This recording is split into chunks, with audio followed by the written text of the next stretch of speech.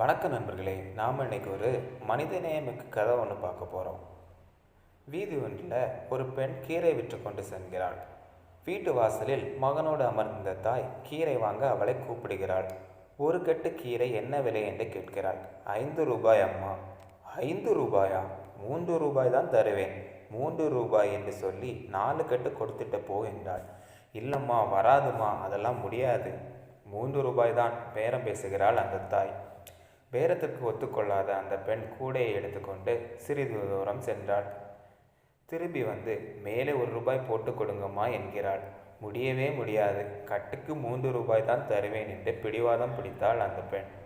கீரைக்காரி சிறிது யோசனைக்கு பிறகு, சரிம்மா, உன் விருப்பம் என்று கூறிவிட்டு 4 கட்டு கீரையை கொடுத்துவிட்டு 12 ரூபாயை வாங்கி தன் கூடையில் வைத்து கொண்டு கீரை கூடையை தூக்கி தலையில் வைக்கும்போது கீழே சரிந்து விழுந்தாள்.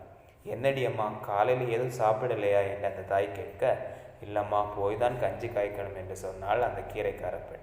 சரி இரு, இதோ வரேன் என்று கூறிவிட்டு வீட்டுக்குள் சென்றவள் திரும்பும்போது ஒரு தட்டில் 6 இட்லியும் சட்னியோடு வந்தாள். இந்தாம்மா, சாப்பிட்டுட்டு போ என்று கீரைக்காரியிடம் கொடுத்தாள்.